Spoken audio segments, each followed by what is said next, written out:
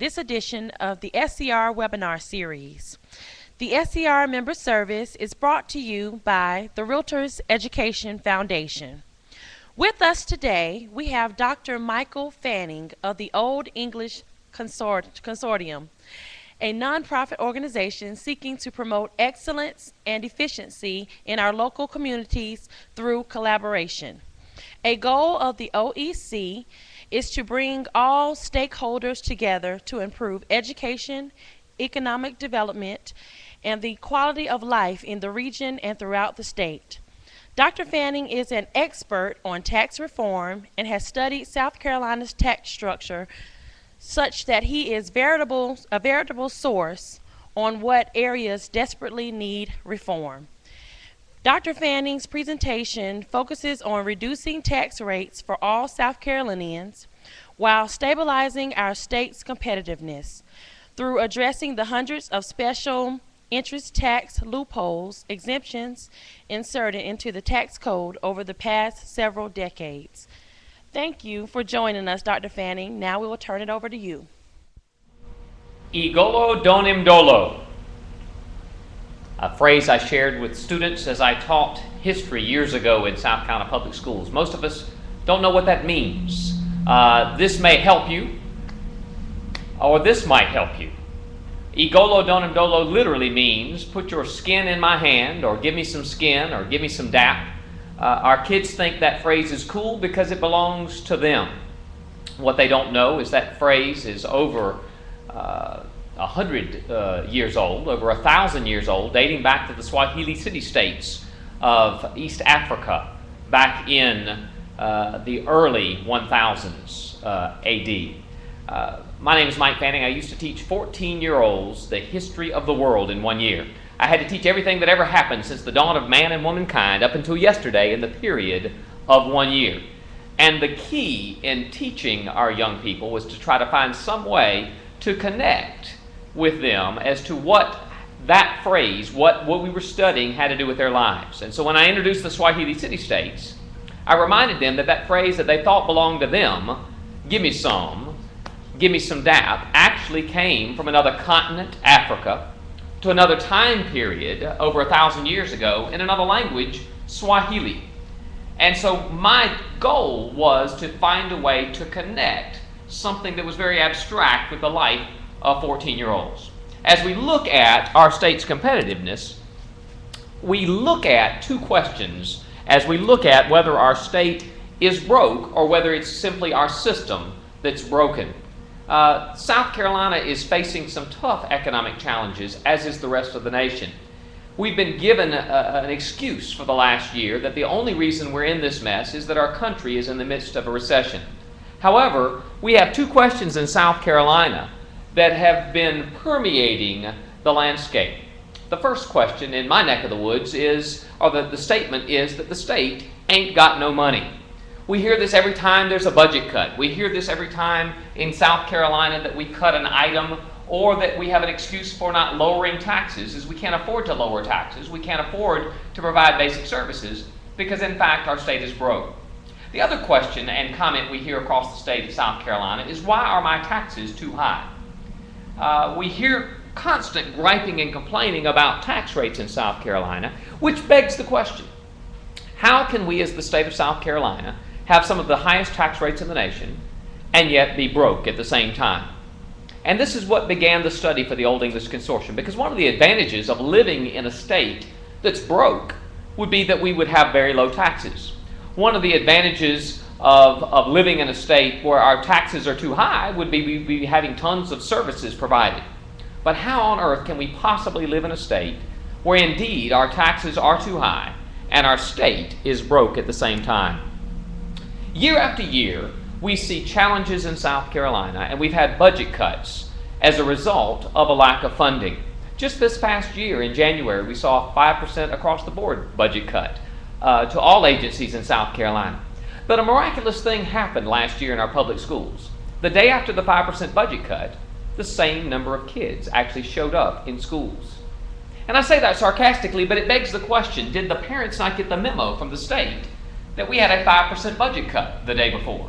So surely we can't educate the same 5% less kids. Also, we have fires the next day after the 5% budget cut. But yet fire departments had to put out the same number of fires. We had the same number of calls to 911, but we had 5% of the funding to support local public safety and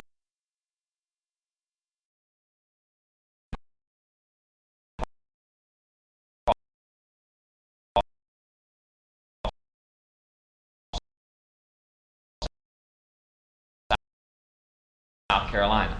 So citizens across the state have found that they have come to enjoy the same types of services, but yet we have less revenue to support those while our taxes are too high.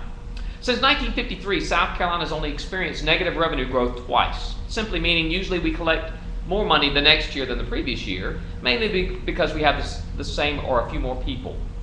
However, South Carolina is now entering its third straight year of negative revenue growth. For 3 straight years in a row, we've collected less revenue the next year than the previous year. Just this past year, we were $600 million short. This coming January, we're expected to be $1 billion short of our budget just from the previous year. So I'm asking you here today, across South Carolina, have you seen your taxes go down drastically in the last few years? And if the answer to that question is no, then the second question is, how on earth is our state broke, losing revenue, when your taxes have in fact gone up in the recent years? Just in the last 2 years, the BEA has cut revenue estimates 7 times. Public education, as an example, has seen $700 million in budget cuts, currently funded at 1994-95 levels of funding. Now again, if we were funding public ed at 94-95 levels of funding, but you were paying taxes like you were paying back in the day, then maybe it'd be a worthy trade-off. But you're paying taxes at 2010 levels, while we're seeing funding of essential service at 94-95 levels. Which brings us to the question, aren't we just in this because we're in a recession? As we go through today's presentation, I hope you'll notice that the years cited all predate 2008, when we entered the recession midway through 2008. South Carolina, in its infinite wisdom, he pauses for sarcastic laughter, hopefully heard across South Carolina, has positioned itself in the worst possible way by making some decisions that make us the most susceptible to recession. Since 2006, for example, South Carolina has cut 1/4 of its budget.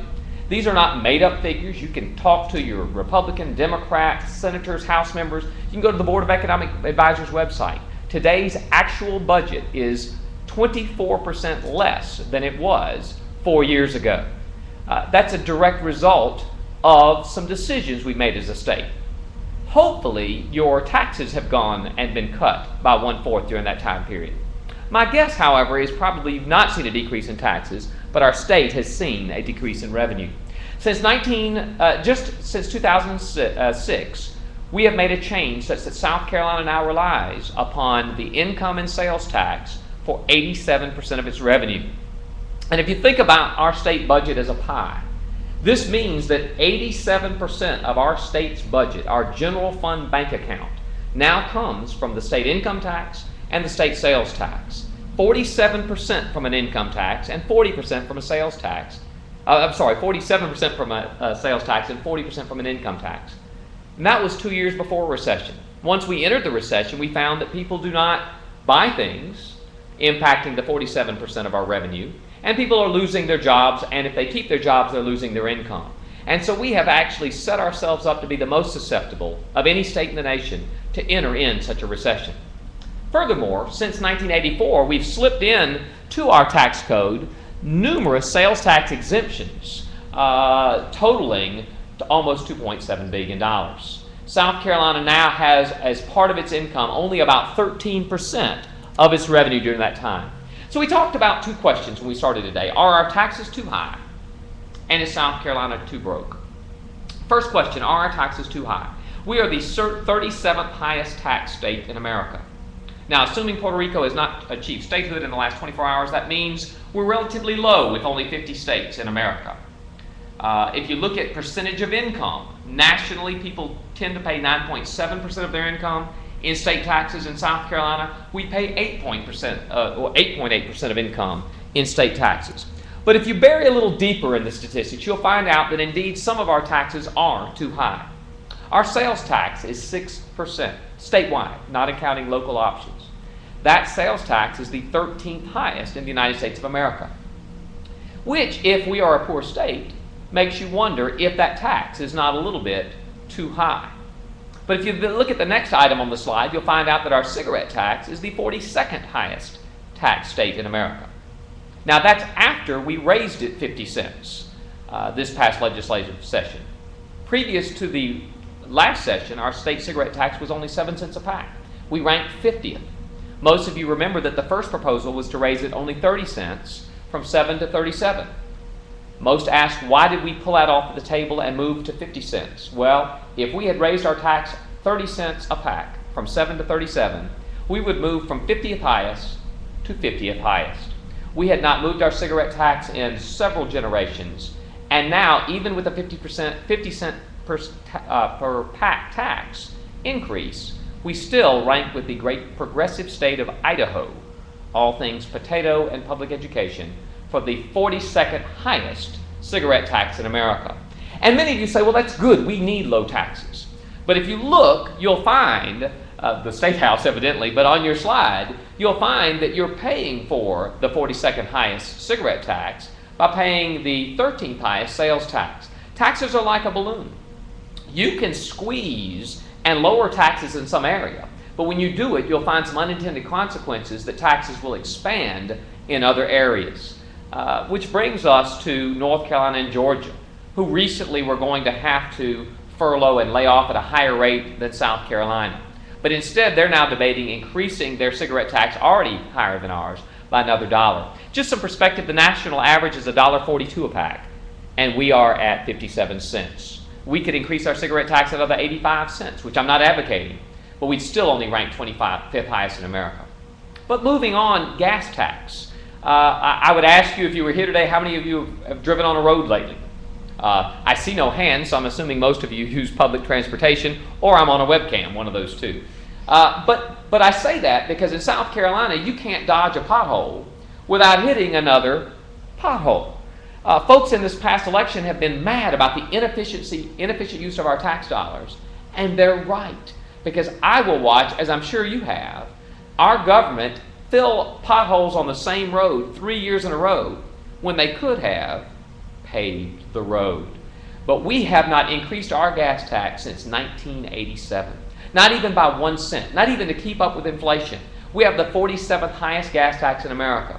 And again, while that may make you feel good, please know that all of the travelers passing through South Carolina on 95, 85, all the truckers, all the folks that use our roads are getting to use them subsidized by you. And they're not paying a single dime to support the construction and maintenance of our roads because you're paying a high sales tax to pay for something that a gas tax doesn't pay for. In fact, I don't care what community you live in and what stringent applications you have in terms of retaining kids who don't meet criteria from one grade to the next. There's not a kid alive in South Carolina today in our public schools that was alive the last time we raised the gas tax in South Carolina. And you're paying the price by paying higher taxes in other areas. For example, we have the 40th highest car tax, but we have the 13th highest income tax rate, the top rate in America. Our top rate of 7% kicks in at a higher rate than most states in America. 13th highest for a poor state like South Carolina. In fact, some individuals and families make in the $25,000, $35,000, $40,000 a year range and are paying that top rate that kicks in at that earlier level. That's a tax that indeed is too high. But if you look at your owner-occupied property taxes, on your homes, we rank 34th. Thanks to Act 388, as you know, we took off owner-occupied taxes to support public education and replaced it with the penny sales tax. As a result, owner-occupied taxes are the 34th highest in the United States of America. But when you get to the next one, looking at business taxes or rental taxes, the properties you know most about, commercial property taxes, business property taxes are the 7th highest in the country. I learned at Wofford College that you can tax businesses out the yin-yang, but you ought never tax them off about the yin and the yang in the midst of a recession. And that's what we're doing. We're killing the second home market, we're killing the commercial real estate market, but we're also hurting the businesses that are staying in business by paying the 7th highest property tax in the United States of America. An effect of the balloon effect. By removing owner-occupied property taxes, we've caused the balloon to expand to kill second home rentals and commercial property taxes. Overall, our business climate tax is about 26%. The final issue on this slide, corporate income taxes. And we've heard in recent elections about the need to do something about corporate income taxes to save businesses in South Carolina. 2 points I'll just throw out there. Number one, the majority of South Carolina businesses, 95% in fact of South Carolina businesses, are small businesses that do not file corporate income taxes. Second point is our corporate income tax is the 40th highest in America, meaning that we are 10th from the bottom. Only states such as Wyoming and South Dakota have no corporate income tax. The evidently plethora of new development and all things which is Silicon Valley in the future.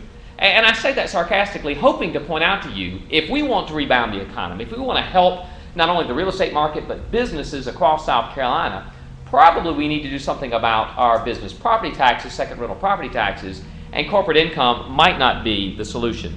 The next slide are for my visual learners in the room. As a teacher, I remembered I couldn't just talk and love to hear myself talk. I needed to have a visual. So the chart here illustrates to you that while we do have some taxes that are extremely low, we're paying for that by having extremely high taxes in other areas, whether it's sales, income top rate, or business property taxes. For those of you that are my kinesthetic learners, we will find a way that you can touch some taxes by the end of today's presentation. We have cut 1/4 of our spending in the last 4 years. And as a result, we have 1/4 of the revenue. What should make you mad, however, is you probably haven't seen your taxes cut by 1/4 on a comparable scale. We've also seen services cut at the same time. This past year, I was asked to testify before a committee dealing with finances and budget cuts and their impact on public education. And as I began my testimony and introduced myself, I was interrupted by a House member who said, "Dr. Fanning, did you not study your Old Testament before coming here today?" Well, I panicked because I had studied my Old Testament for Sunday school, but it had not dawned on me to study my Old Testament before testifying before a finance committee. And before I could even respond, it was shouted out to me, "Dr. Fanning, how dare you not remember your lessons, that during the 7 years of plenty, you should be storing your grain in the warehouses for the 7 years of famine that are surely to follow."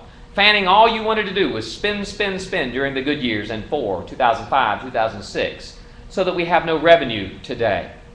Well, that sounded good, but I'd remembered a radio show that my grandfather made me listen to for many years. And y'all know Paul Harvey, and this applies here, the rest of the story. It's true that in 2004, 5, and 6, we did spend. But what we spent on was permanent tax cuts during the good years, leaving us without revenue streams when times got rough.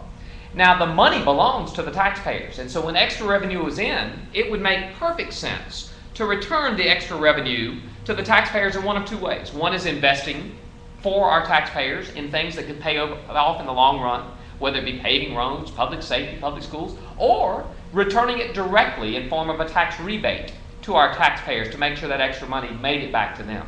But instead, our state, in its infinite wisdom, he pauses, hopefully for some sarcastic laughter, chose instead to permanently cut revenue during the good years. Act 388 since 2006 has cost the state $600 million. You may remember earlier I mentioned that last year's hole in the budget was $600 million. But in addition to that, we cut the grocery tax, eliminated the grocery tax, which made us feel wonderful. But I do ask you to ask yourself the next time you go to the grocery store to remind yourself, do you really remember when you're making purchases that you're receiving that relief?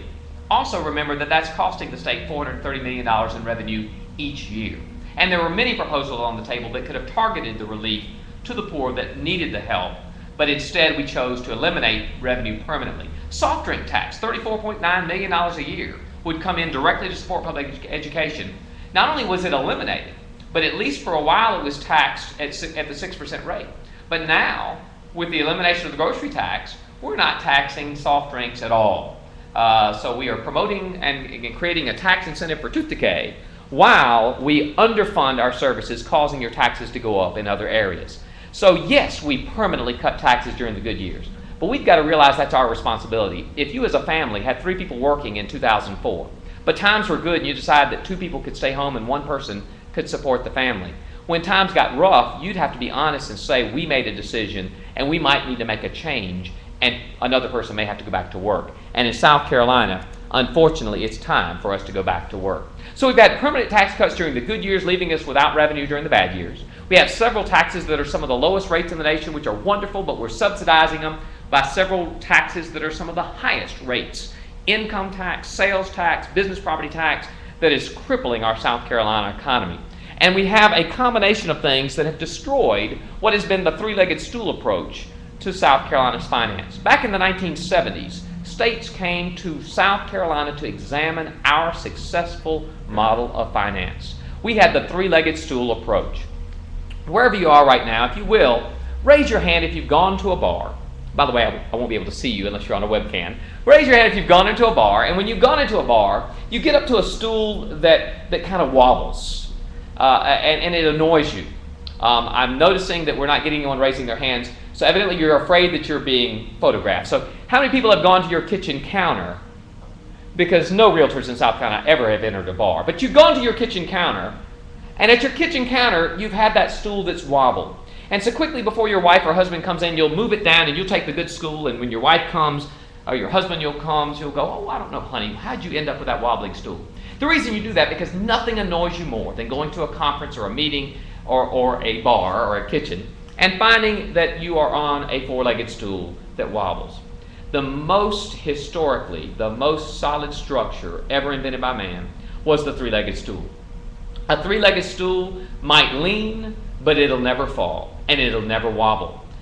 In fact, I dare you tonight to go home and cut an inch off your wife or husband's three-legged stool. You'll get in trouble and you can blame me, but I can promise you this, that stool will still not wobble or fall. South Carolina in 2006 chose to cut one leg off our three-legged stool. We had our three legs, income, property, and sales, were the three legs of our three-legged stool. It had broadened the base, it made it very stable. No matter what happened to the South Carolina economy, it did not wobble. But in South Carolina in 2006, we cut one leg off that three-legged stool, which means today South Carolina is trying to sit on a two-legged stool, and we've wondered why we've fallen, and we can't get up. We made a conscious decision not only to get rid of one of the legs of the stool, our entire South Carolina economy, remember 87% of our revenue comes from two legs of a stool, and we wonder why it's hard to stay in balance and to weather economic storms. But to make matters worse, the stool we chose to get rid of was the most stable source of revenue, moving us to the most volatile source of revenue, and that is the sales and income. So if sales taxes are down, revenue is down. But our General Assembly made us a promise. They promised us back in 2006 that if the revenue from the penny sales tax fails to collect what the owner-occupied property taxes used to collect, they would make up the difference. Well, I am here today to tell you that your General Assembly has kept its word. The first year it was short of $50 million, and they gave us $50 million. The second year it was short of $108 million. The General Assembly gave us $108 million. This coming year it's going to be short of $120 million. The General Assembly will give us $120 million. But as Paul Harvey would say, the rest of the story is, if you've got a general fund budget of $5 billion, if every year you're carving out $120 million to give to make up for money that's not there, that means your general fund budget is short by, guess how much? $120 million. And so we're taking away money to give us money. My Uncle Bubba told me, anytime somebody's giving you $1 with one hand, you better watch your wallet in your back pocket with the other, because they're going to take that same dollar, and that's what our legislature has done. Act 388 since 2006 has cost the state $600 million in revenue. But the biggest thing that Act 388 has done is it shifted a $250 million tax burden onto the backs of businesses. Now that owner-occupied no longer pay any taxes to support public education or to support governments outside of city and counties, the only people left to pay the taxes are our businesses. And so South Carolina businesses now pay 48% of all South Carolina property tax collections. The U.S. average is only 33%. We talk about South Carolina needing to become competitive to attract and keep businesses in this state. Why on earth would you locate in South Carolina if you know your business property taxes are going to be drastically higher than the rest of the nation? And the best example is large commercial. Why on earth do we have to create huge tax incentive packages to get large industrial and large commercial to move here? Because we have the fifth highest large commercial property taxes in the nation. In fact, our commercial property taxes are 74% higher than the national average. Why on earth, I ask again, would you ever locate in South Carolina if your taxes are going to be 74% higher than anywhere else in America. In fact, the property tax share of business taxes is 36% higher than anywhere else in the U.S. And those of you that are watching by way of your Fort Mill and Rock Hills and border counties know that recently we actually constructed a new Statue of Liberty up in Fort Mill on the border with Charlotte. It said, "Give us your tired, your poor, Charlottinian, yearning to breathe free of Charlotte-Mecklenburg, inner-city crime, traffic, politics, and public school fiasco. Move to Fort Mill, bring your 8.9 kids, live in Fort Mill, keep your job in Charlotte, keep supporting the Charlotte economy. In fact, stop on Pineville on your way home and do all your purchases there and make your purchases. Come bring your need for services, your 8.9 kids, without a single tax dollar to support it, and make us use other aspects of the balloon to support the South Carolina economy," which the biggest part of that balloon is the final impact of Act 388, and that is on second home rental properties. And you know this much better than I do. But the disparity in bills between owner-occupied and a second home, instead of being 4 to 6%, that disparity is not only a huge increase in South Carolina, but it's out of whack with our neighbors in North Carolina, Georgia, Tennessee, and Virginia. The difference, instead of being a 50% increase, is now in Beaufort 141% more on average if it's your second home, 138% in Greenville if it's your second home, and in Clemson it's 133% more. And as a Gamecock fan, I hope you'll explain to me why on earth that Niagara Falls and Clemson are the two vacation spots of the world where second homes would be of that much higher value. And many folks say, well, screw people that have second homes. Personally, I think that's a bit harsh. But it does beg the question. Some folks say, well, it's only wealthy folks that have second homes. But many of us know, and y'all know folks that you sell to, that folks that buy a second home when their kid is going to college, because the biggest money drainer when you send a kid to college is dorm rent. And so a big market in college towns like Columbia are parents that send their kids to college, and instead of paying for dorm for 4 years, wink wink, because your kid is going to be there 5 or 6 years, but instead of doing that, if you buy an investment property, first of all, your son does not care about the roaches in that investment property, but number two, at least at the end of those 5 years, you can sell that investment property, and not only have you helped the real estate market, you've helped the local economy, but more importantly, you haven't flushed money down the toilet for dorm rent during those 5 years. Well, we've killed that market, because before it was 50% higher, now it's anywhere between 119 and 165% higher on a second home than on your primary residence. In Greenville, $1 million home is $7,000 on property taxes, $18,000 if it's your second home. Mysteriously in Beaufort this year, 40% more people are living in their second home, and because they can't afford to pay the taxes with this difference in South Carolina. Leg one of the stool was property taxes. Leg two of the stool is income taxes. We in South Carolina are taxing the heck out of our workforce. And I changed the slide because of my respect for the Realtors Association to make sure I went with the word heck, and I hope that survives our webinar today. But we're taxing the heck out of our workforce in South Carolina. 2.1 million people filed income tax returns last year.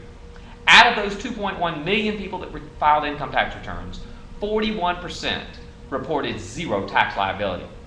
Now, I would ask you again to raise your hand if you had zero liability, but number one, you'd lie to me. Number two, I can't see you. But most of us are paying state income taxes on a regular basis. And yet, South Carolina has the 6th highest number of zero liability filers in the United States of America. So for a state that's broke, that you haven't seen your tax rates go down in years, we have 41% of our residents who are paying absolutely no South Carolina income taxes, which means the rest of you, the 59% that are paying a higher rate as a result. And most of you think, well, that's just because we have a lot of poor people. Well, let's look at the next slide. If I'm a 65-year-old couple, which unless you're seeing double right now would be hard to be, but if I was a 65-year-old couple making $76,580 a year, I would receive two 65-year-old exemptions totaling $30,000, an enhanced standard deduction of $13,600, personal exemptions, two of those at $7,300, and the Social Security exclusion of $25,680, which means my first $76,580 is completely tax-free. And that's wonderful. It's great that folks don't have to pay taxes. Until we look at column number 2. They don't begin paying taxes in column 1 until they make $77,000 a year. But suppose you're a working family of 4. You have 2 kids, ages 4 and 7, a husband and a wife. Both of you work, and you only make $26,000 a year. You're going to receive a standard deduction of $11,400, 4 personal exemptions of $14,600, and only your first $26,000 is tax exempt. You'll start paying state income taxes at $27,000. So I ask you today, you sell to these families. Aren't most of our wage earners in South Carolina making $27,000, $37,000, $47,000, $57,000, $67,000 a year? They're all paying taxes, while other segments of our population are paying no taxes at all, which means they're paying higher rates. Now, I'm not saying we need to do anything about column number 1, but don't we need some tax relief for column number 2, for a state that's supposedly broke, but again, our taxes are too high? Third leg of the stool, we talked about property taxes and sales taxes. Property and income. The third is sales. South Carolina has a 6-cent sales tax. Back in 1983, we had a 4-cent sales tax. Your 6-cent sales tax today is collecting about the same amount of money as the 4-cent sales tax did back in 1983. And that should be amazing to you because we've increased it by 2 cents. But the reason is that 6% sales tax raises $2.5 billion a year. And I have to be honest with you, in full disclosure, that's more than I make in salary in 1 year. $2.5 billion a year. But South Carolina, over the last generation, has slipped in 80 exemptions for special interest and special interest groups. 80 exemptions to this sales tax, totaling $2.7 billion a year. I'll say it again, we collect $2.5 billion with a 6-cent sales tax, but we exempt $2.7 billion a year. South Carolina is the only state in America that exempts more than it collects. And just simply do the math in your head. If we have a 6-cent sales tax collecting $2.5 billion and 80 exemptions totaling $2.7 billion, if we eliminated exemptions and loopholes, we could cut our state sales tax from 6 cents, 13th highest in America, from 6 cents to 3 cents and collect how much? The same amount or a little bit more money than not. So a 6-cent sales tax collecting $2.5 billion a year when we could have a 3-cent sales tax collecting the exact amount or a little bit more money. So it begs the question, what do we actually tax? And I've cited at the bottom the place that you can go. There is a wonderful resource available to you. It's about 300 pages written by the Budget and Control Board. It's excellent family reading, maybe on Friday nights after dinner, and a good game of Monopoly. But I've broken it down for you into just a few examples because I was told we only had about 6 hours today. So we'll look at a few examples today of our sales tax exemptions. The first one is the one you probably heard of. If I buy myself a 2006 $5,000 Hyundai, I'm going to have to pay 6% sales tax, or how much? Oh, I forget. I can't hear you. Hopefully you said to the computer screen, as people walk by looking at you weird, hopefully you said $300, or at least on your calculator, 6% of $5,300.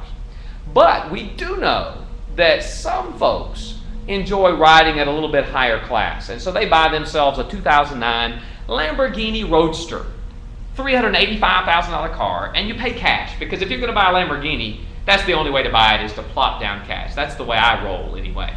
So if I buy a Lamborghini Roadster, I'm also going to pay $300. I'm going to receive a $22,800 exemption and pay the same amount of sales tax as you buying the 2006 $5,000 Hyundai.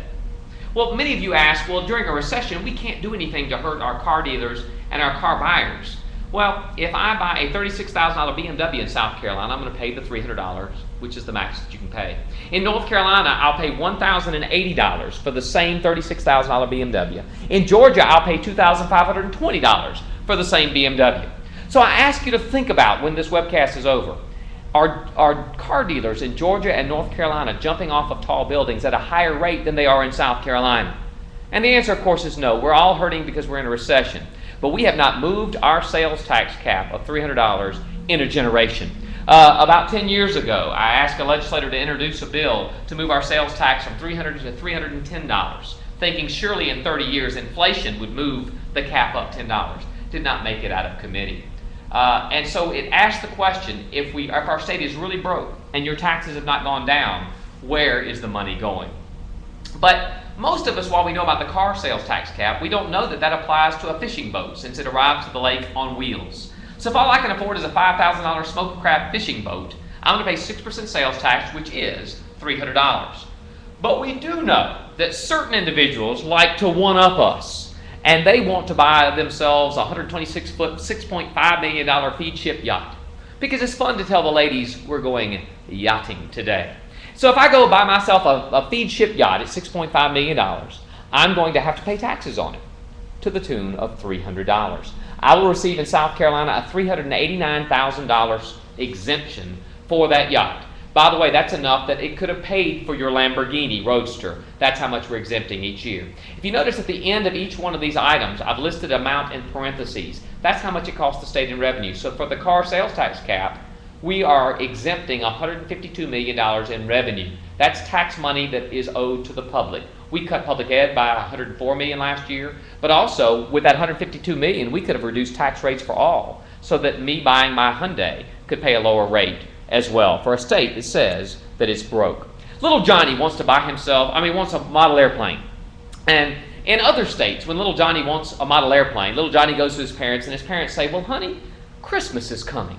Why don't you ask Santa? But in South Carolina, we believe in hard work.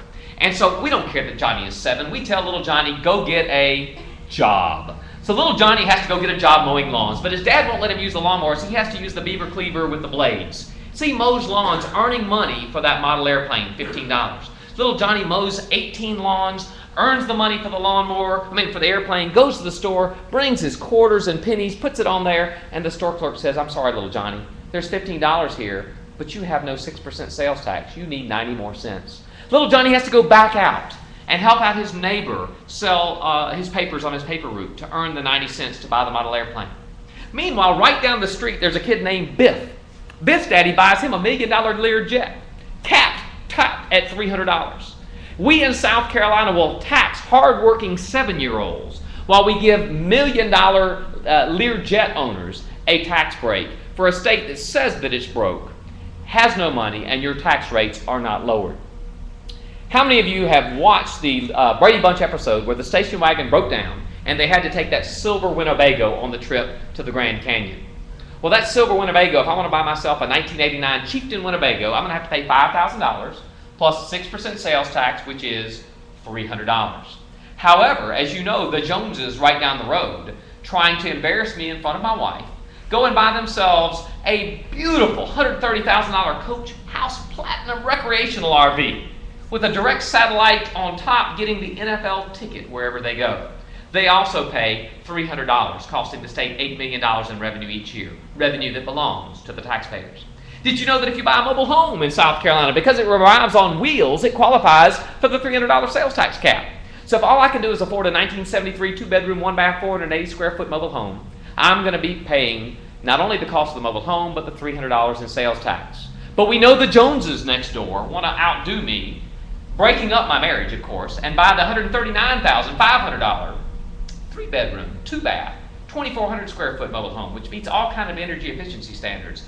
And they also only pay $300, costing the state $26 million in revenue each year, revenue that belongs to the taxpayers. In South Carolina, we're the only state that taxes half of a modular home, but doesn't tax the other half of the modular home.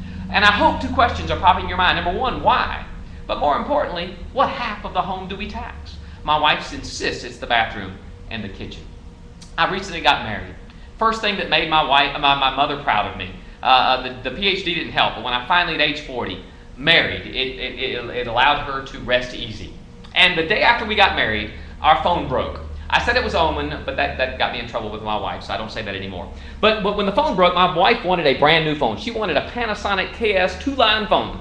Who knows why? She's the only one that uses it. We need 2 lines, but a Panasonic KS 2-line phone.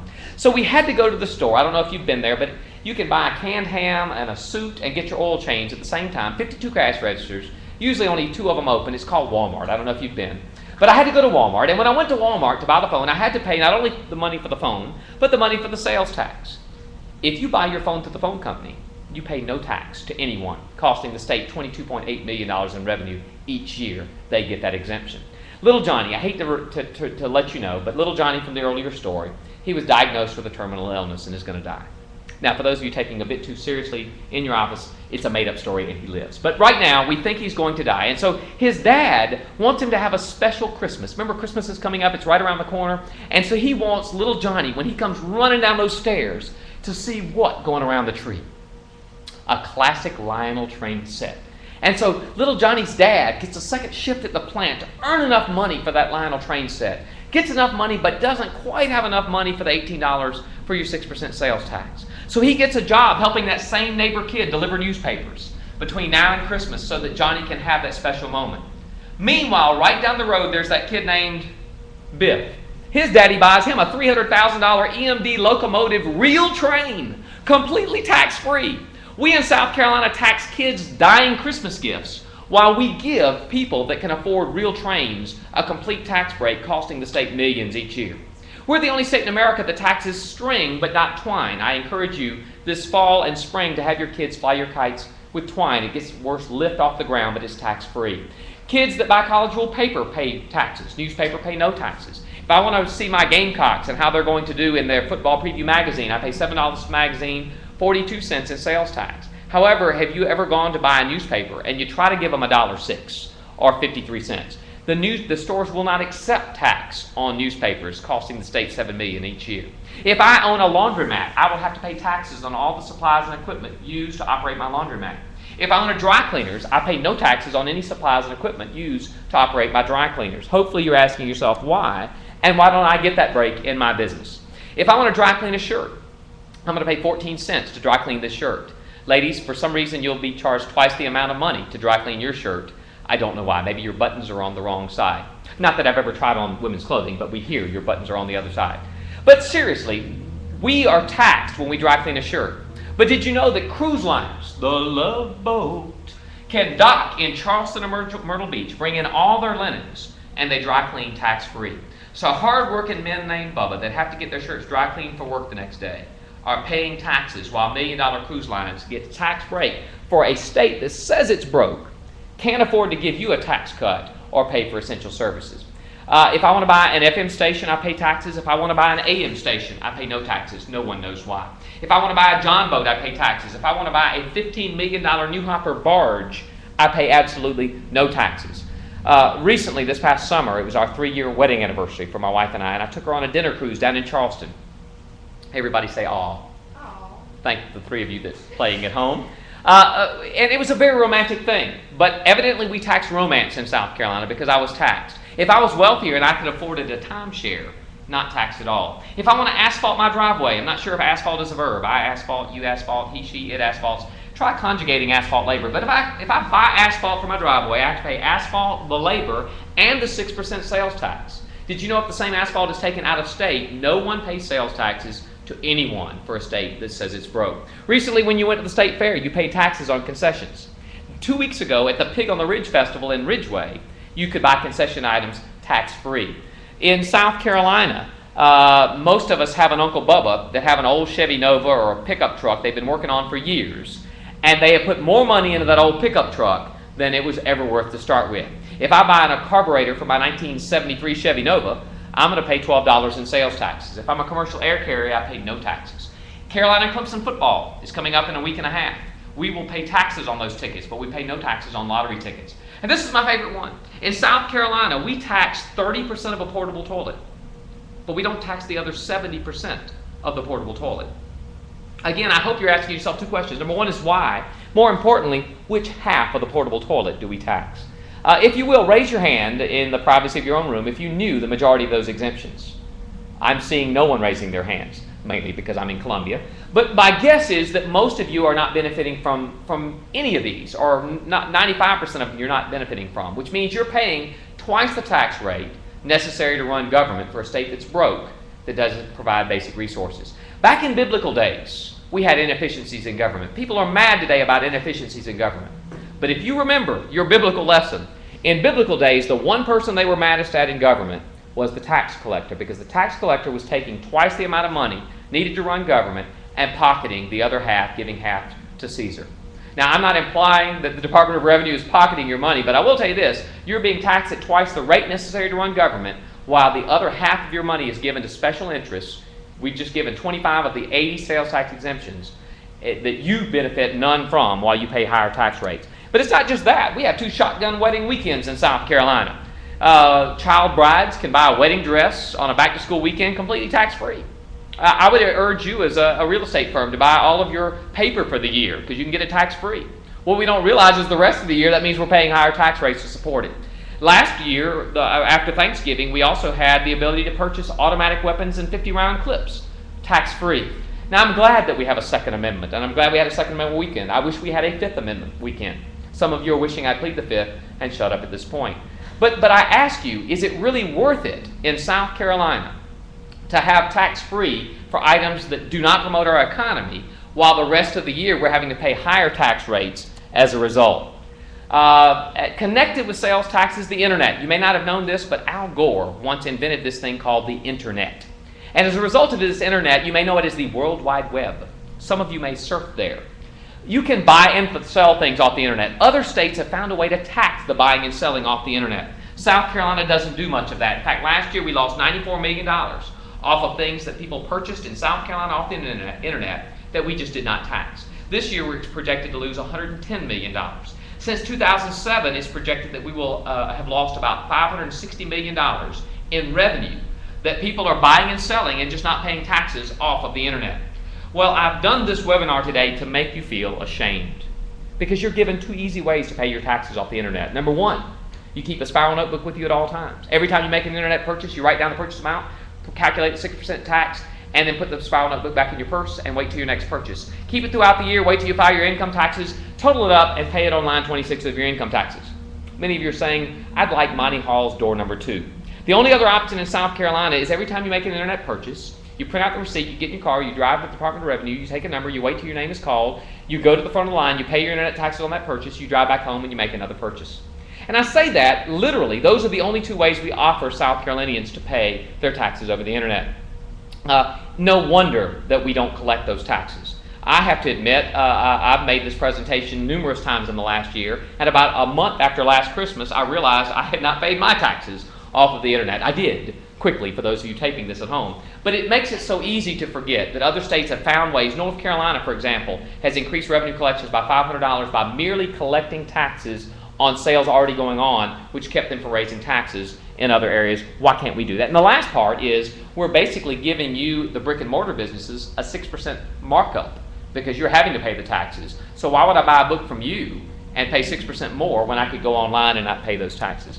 And then the final part of the sales tax is services. We know that in South Carolina we used to make stuff.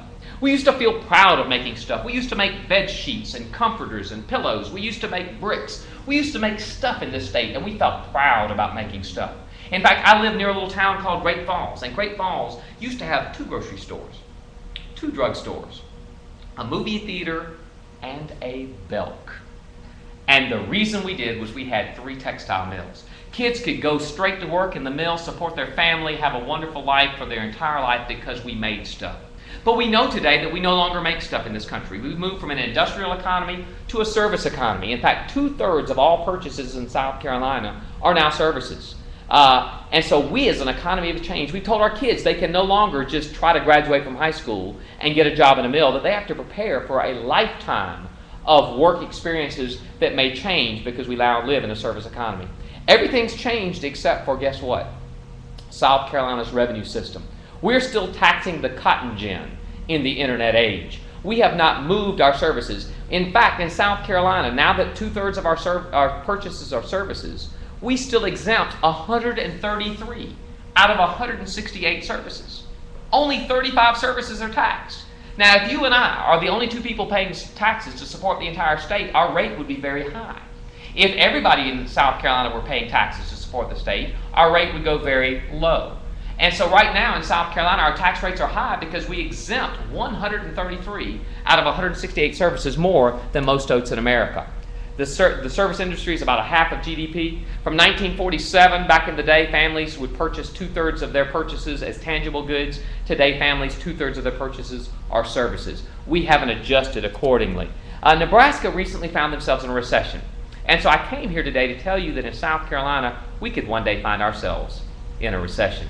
But instead of increasing taxes in Nebraska, they just simply eliminated 20 service exemptions, moving from 55 to 74, the number of services they tax. Still have 100 services almost that they don't tax in Nebraska, and they balance their budget.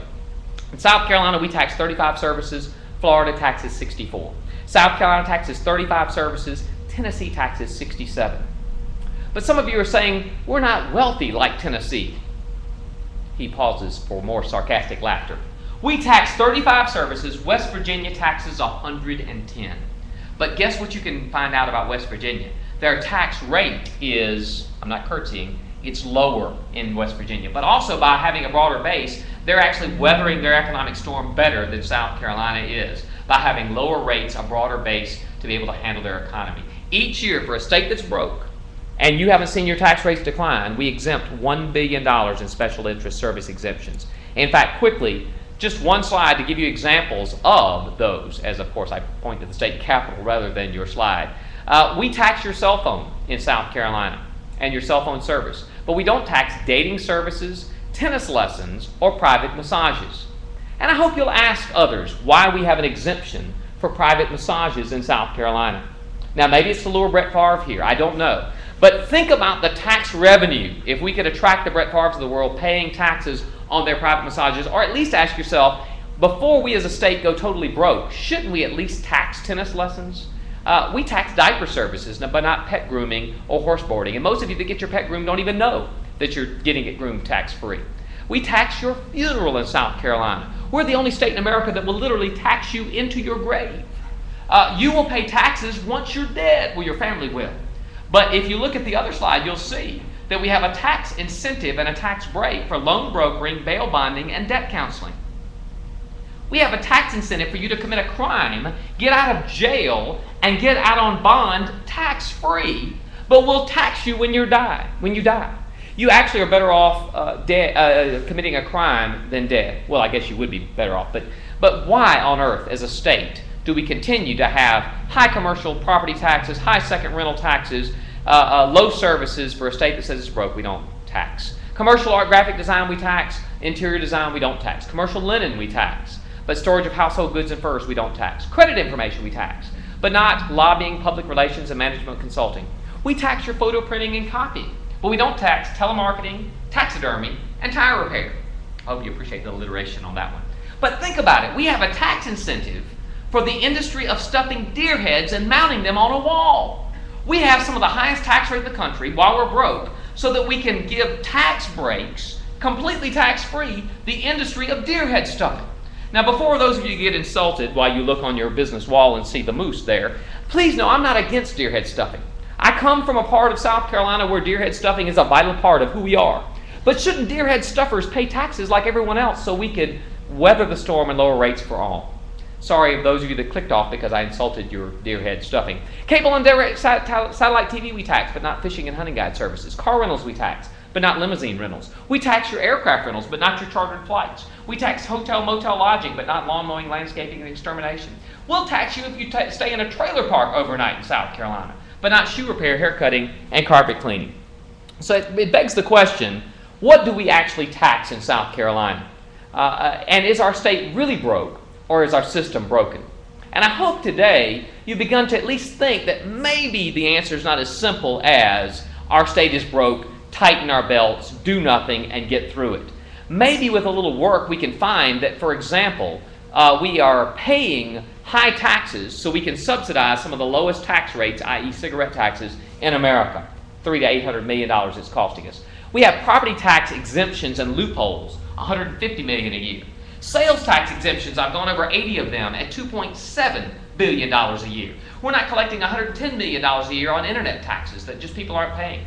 Services that we're exempting to the tune of $1 billion a year, which means I've just shown you today $4 to $5 billion in exemptions and loopholes that special interests have been able to carve out for them over the years.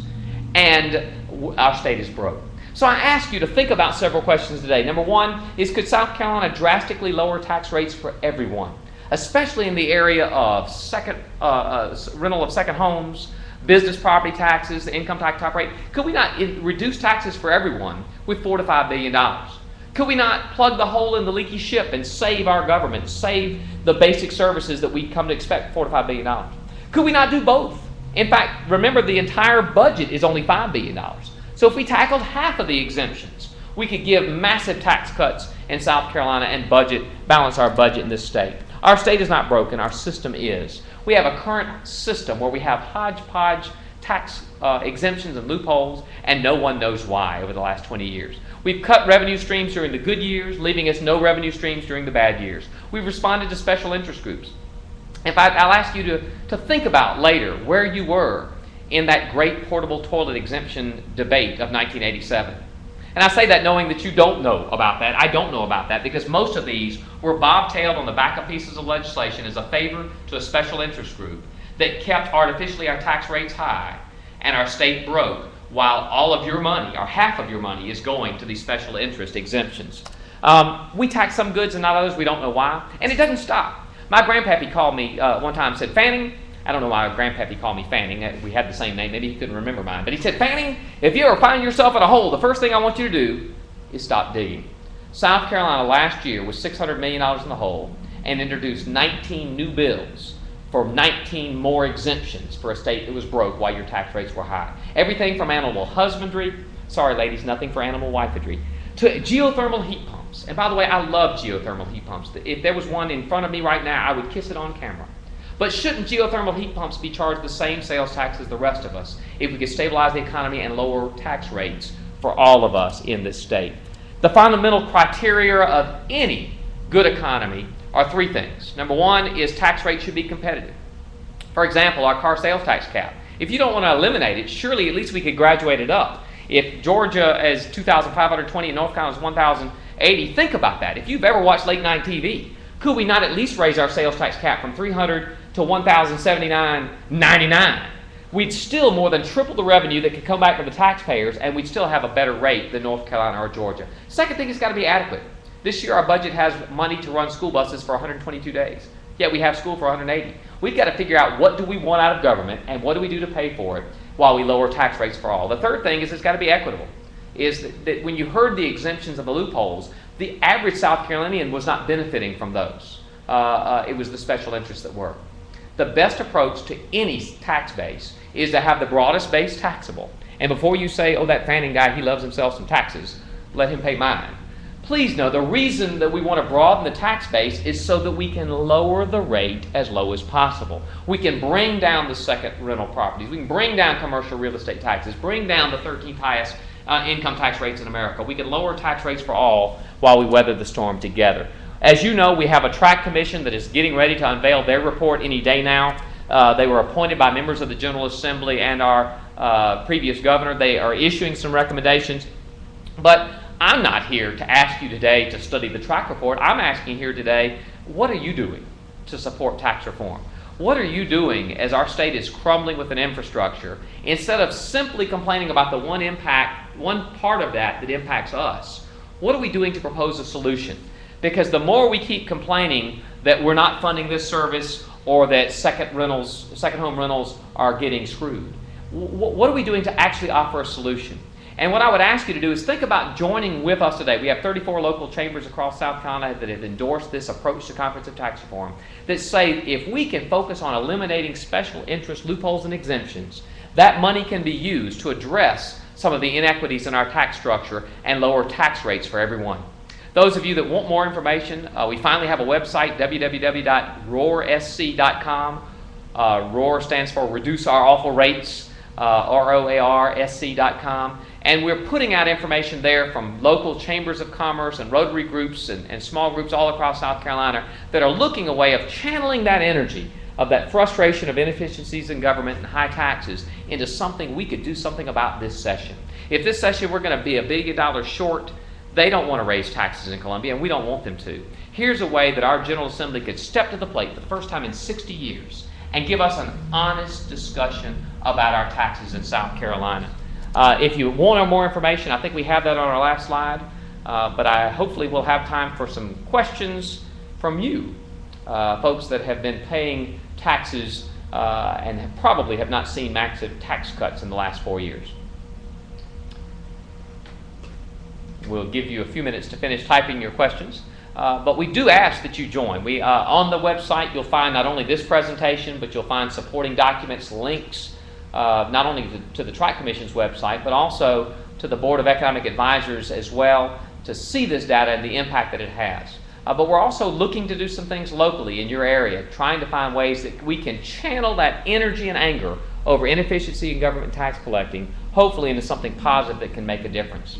We've made 135 presentations in the last 9 months, and again, we've had support from across South Carolina, and what we want to do is really, as you hear, we don't hear a solution here today, is push for a discussion for the first time in 60 years about our tax code. What about our tax rates? What about these exemptions and loopholes? What can you do as a state of South Carolina to reduce our awful rates while we in South Carolina find ways to balance the budget? I'd like to thank Sharon for her kind words. Who, it's actually Janet Gresham. Like I said, Janet Gresham. Thank you, Janet. We appreciate the kind words there. And again, I hope that the biggest conversation is if we could turn that debate around, and instead of just being, do we tighten our belts and get through it and just suck it up, or does someone offering a plan? And what disturbed me, and I'm sure you were frustrated in the last election, is every politician was telling you, I'm going to help you lower your taxes and I'm going to help us get through this government mess, but nobody offered a plan to do it. And so I hope you hear in this presentation today, there's nothing Republican or Democrat about this plan, there's nothing liberal or conservative.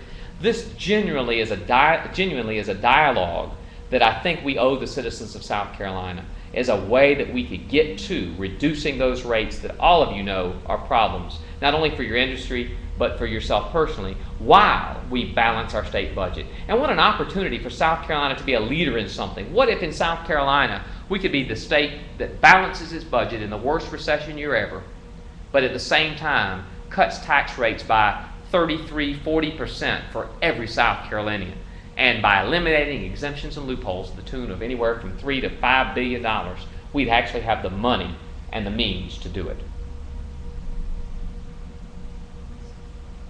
Well, thank you for having me. We wish you well the rest of your day. We'll now turn you over to Muzak, who will play some nice elevator music, I am sure.